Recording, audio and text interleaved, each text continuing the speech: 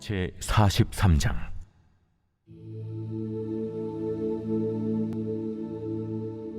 그 후에 그가 나를 데리고 문에 이르니 곧 동쪽을 향한 문이라.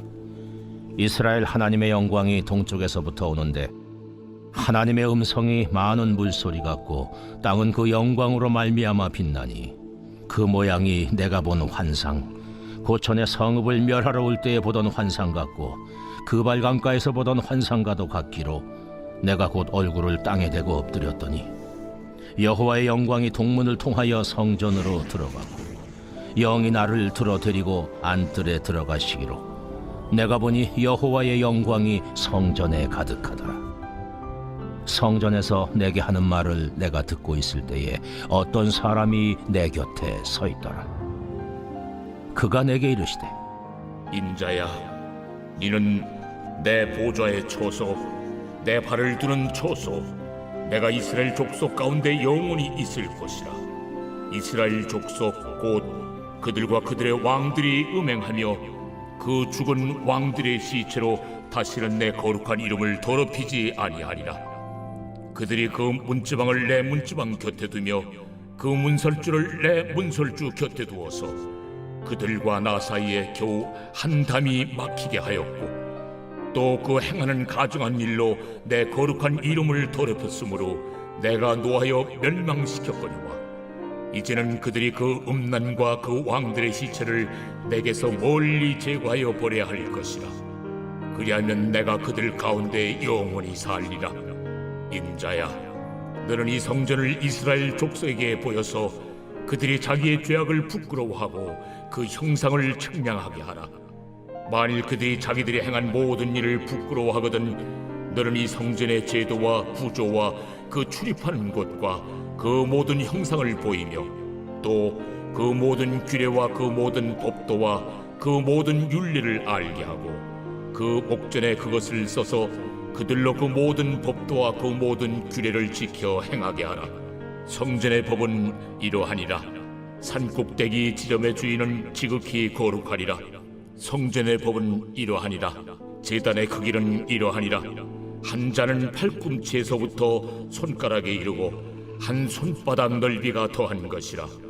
제단 밑받침의 높이는 한 척이요 그 사방 가장자리의 너비는 한 척이며 그 가로둘린 턱의 너비는 한 뼘이니 이는 제단 밑받침이요 이 땅에 닿은 밑받침 면에서 아래층의 높이는 두 척이요 그 가장자리의 너비는 한 척이며 이 아래층 면에서 2층의 높이는 네 척이요 그 가장자리의 너비는 한 척이며 그 번제단 위층의 높이는 네 척이며 그 번제는 바닥에서 솟은 뿔이 넷이며 그 번제는 바닥의 길이는 12척이요 너비도 12척이니 네모 반듯하고 그 아래층의 길이는 14척이요 너비는 14척이니 네모 반듯하고 그 밑받침에 둘린 턱의 너비는 반척이며 그 가장자리의 너비는 한 척이니라. 그 층기는 동쪽을 향하게 할지니라. 인자야, 이 제단을 만드는 날에 그 위에 번제를 드리며 피를 뿌리는 규례는 이러하니라. 나를 가까이 하여 내게 수종드는 사독의 자손 레위 사람 제사장에게 너는 어린 수송아지 한 마리를 주어 속죄 제물을 삼되 네가 그 피를 가져다가 제단의 네 뿔과 아래층 네 모퉁이와 사방 가장자리에 발라 속죄하여 제단을 정결하게 하고 그 속죄 제물의 수송아지를 가져다가 성전에 정한 초소 곧 성소 밖에서 불사를 찌며 다음 날에는 흠없는 순념소 한 마리를 속죄 제물로 삼아들여서 그 제단을 정결하게 하기를 수송아지로 정결하게 함과 같이 하고 정결하게 하기를 마친 후에는 흠없는 수송아지 한 마리와 때 가운데에서 흠없는 순양 한 마리를 드리되 나 여호와 앞에 받들어다가 제사장은 그 위에 소금을 쳐서 나 여호와께 번제로 드릴 것이며 7일 동안은 매일 염소 한 마리를 갖추어 속죄 제물을 삼고 또 어린 수송아지 한 마리와 때 가운데서 순양 한 마리를 흠없는 것으로 갖출 것이며 이같이 7일 동안 제단을 위하여 속죄제를 드려 정결하게 하며 드릴 것이요 이 모든 날이 찬 후 제8일과 그 다음에는 제사장이 제단 위에서 너희 번제와 감사제를 드릴 것이라. 그리하면 내가 너희를 즐겁게 받으리라. 주 여호와의 말씀입니다.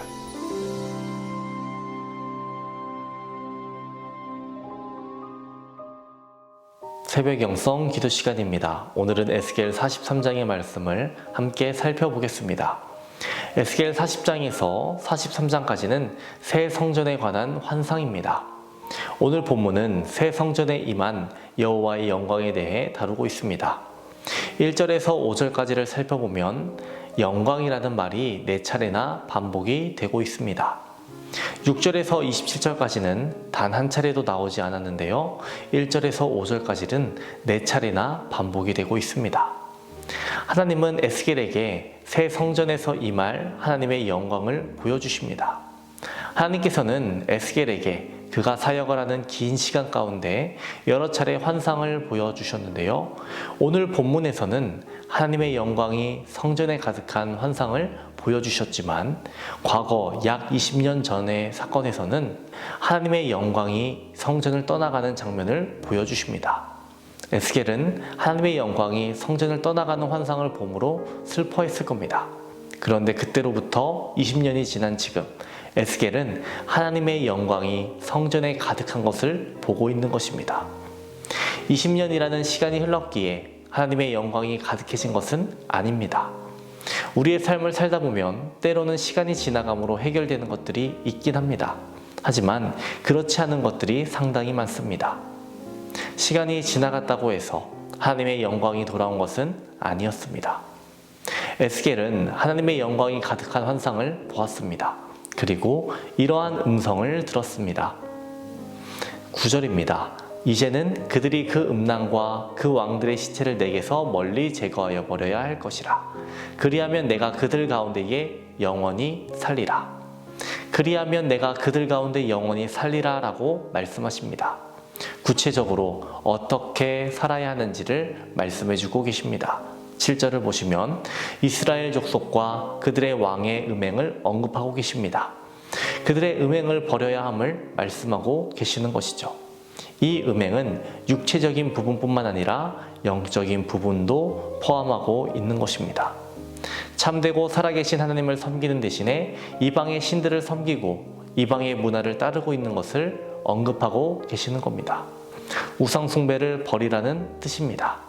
두 번째로는 왕들의 시체를 성전 곁에 두지 말라라고 하십니다. 하나님은 왜 왕들의 시체를 성전 곁에 두는 것을 싫어하셨을까요? 한마디로 말하면 인간 우상화를 경계하시고 계신 겁니다.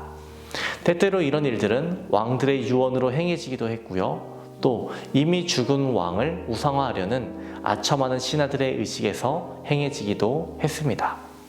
백성들의 시선이 하나님께로만 돌아가야 하는데 성전으로 가는 길목에 심지어 성전 안에 왕들의 무덤이 존재함으로 인해 그 무덤들이 하나님께로 돌아가야 할 시선을 백성들에게서 빼앗았던 것입니다. 세 번째로는 율법을 지키고 순종하라라고 말씀하십니다. 본문 11절을 보시면 하나님께서 그 백성들에게 율법을 지키고 순종할 것을 요구하십니다. 하나님의 말씀을 지킬 것을 다시 요구하시는 겁니다.